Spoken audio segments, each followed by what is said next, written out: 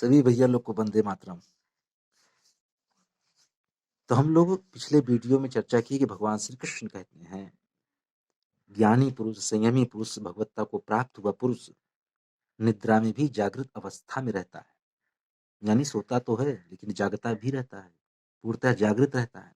तो पिछले वीडियो हमने समझा कि गौतम बुद्ध का कैसे पूर्णतः मस्तिष्क जागृत रहता है, और हम आम आदमी, सामान्य लोग, हमारा भी मस्तिष्क पूर्णतः तो नहीं लेकिन मस्तिष्क का एक गुना जागृत रहता है।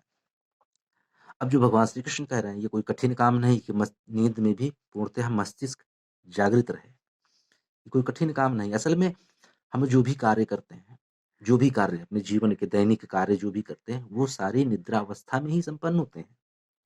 हम भोजन करते हैं तो निद्रा में, हम रास्ते पर चलते हैं तो निद्रा में, यानी हम पूजा पद्धति करते हैं, प्रार्थना करते हैं ईश्वर की, नींद में।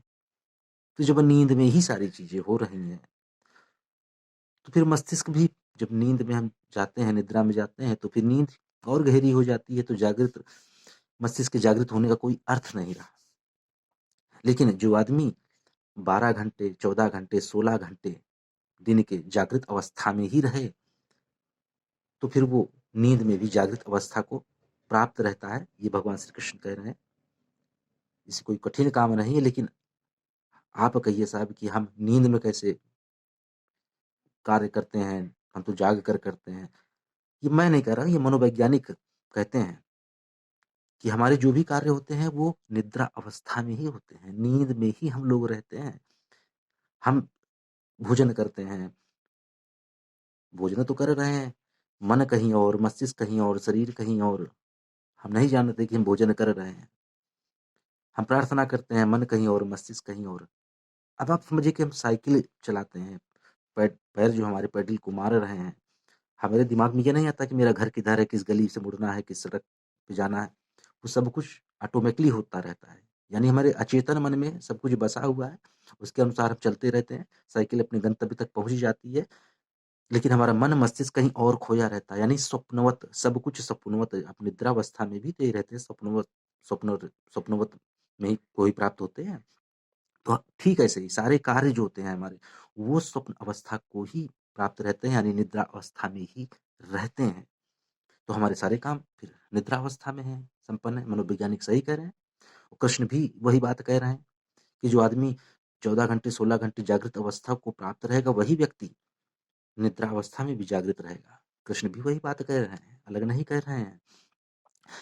एक बहुत बड़ा विचारक हुआ इमर्सन, वो किताबों में अपने खोया हुआ है। नौकरानी उसके पास सुबह का नाश्ता लेकर के आई, उसने देखा कि इमर्सन साहब तो किताबों में अपना अध्ययनरत हैं। तो उसने कहा कि डिस्टर्ब करना, व्यवधान देना उचित नहीं है, किताबों से बाहर निकलेंगे तो नाश्ता कर लेंगे। तो उनका नाश्ता जो था नौकरानी ने टेबल पर धीरे से रख दिया कि कोई आवाज ना होने पाए, नहीं तो डिस्टर्ब हो जाएंगे। वो चली गई। तुरंत ही उनका एक मित्र आ पहुंचा। उसने देखा कि भैया इमर्सन तो किताबों में अध्ययनरत हैं और सामने गर्मा गर्म नाश्ता रखा हुआ है। उसने कहा चलो मित्र हैं भाई, इनसे तो बाद में बात हो जाएगी, पहले नाश्ता कर लेते हैं, सुबह का वक्त है, गर्मा गर्म। उसने नाश्ता उठाया, उसने कर लिया, और टेबल को जैसे ही, सॉरी, प्लेट को जैसे ही टेबल पर रखा, टेबल और प्लेट के घर्षण से जो आवाज पैदा हुई, खट टटन की, उसे इमर्सन साहब अपनी किताबों से बाहर निकले आवाज सुन करके। उन्होंने पहले प्लेट की ओर देखा, फिर मित्र की ओर देखा।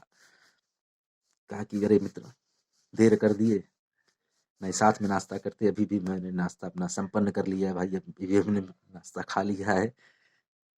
तो क्या ये व्यक्ति कभी जागृत अवस्था में भी भोजन किया होगा?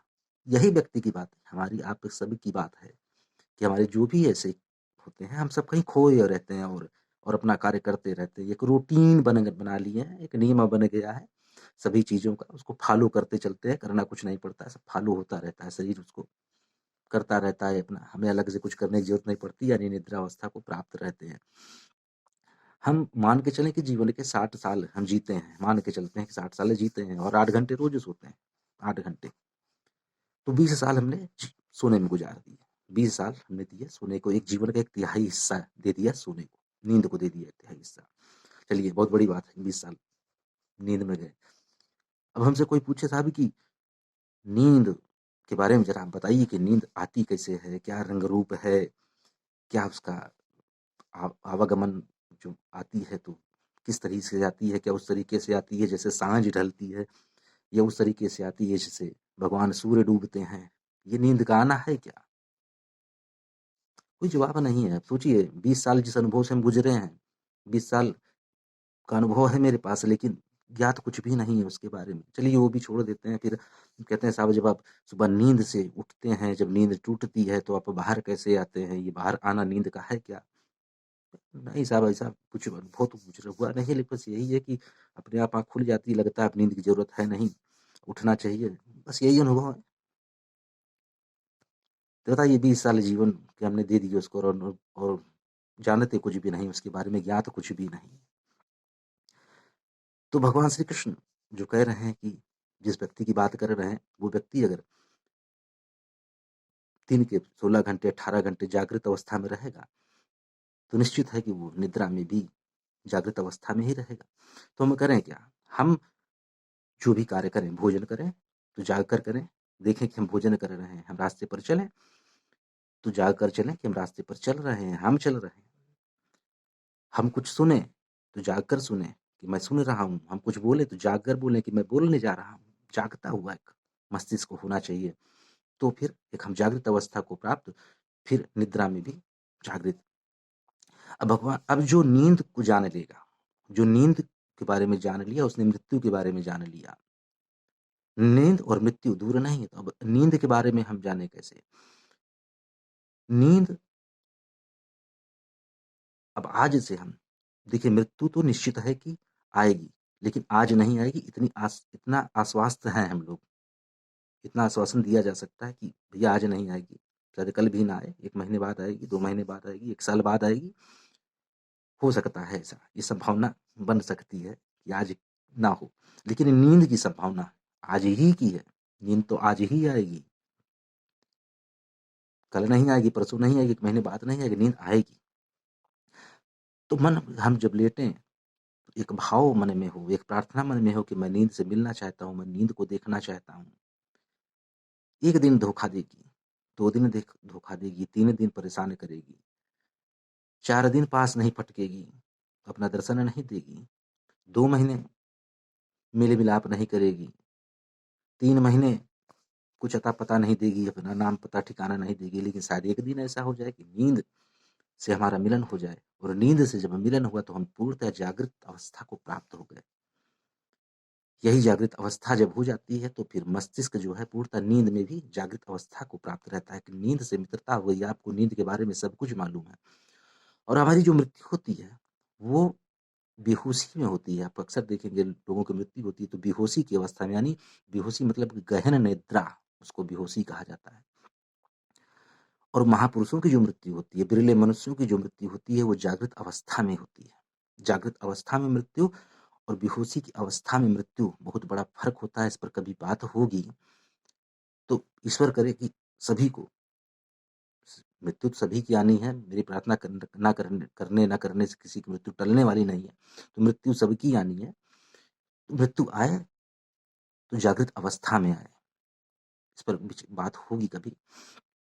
तो भगवान श्री कृष्ण इसी की बात कर रहे हैं, जो व्यक्ति 8 घंटे, 10 घंटे, 12 घंटे, 16 घंटे, 18 घंटे जागृत अवस्था में रहेगा, पूर्णतः फिर वो नींद में भी जागृत अवस्था को ही रहेगा। तो इस महावाक्य पर जिन लोगों ने वक्तव्य दिए, शायद उनका अनुभव, हम ये नहीं कह रहे, मैं नहीं कह रहा हूँ कि मेरा अनुभव बहुत गुजरा है, मैं भी किसी का अनुभव लेकर के कुछ बोल रहा हूँ, तो मेरा अभी मैं भी वही छात्र ही हूँ, स्टूडेंट ही हूँ जैसे आप हैं, तो उनका अनुभव नहीं रहा होगा इस तरीके से, तो इस महावाक्य को पूर्णतः अर्थ में नहीं ला पाए।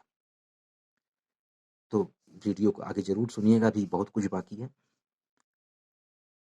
आगे अगले वीडियो में बात होगी आपसे। तो भगवान श्री कृष्ण जो बातें कहते हैं वो बहुत ठोस बातें कहते हैं, अर्थहीन बात नहीं कहते हैं, और बार बार किसी चीज को रिपीट नहीं करते हैं। और रिपीट क्यों नहीं करते हैं इस पर भी बात होगी।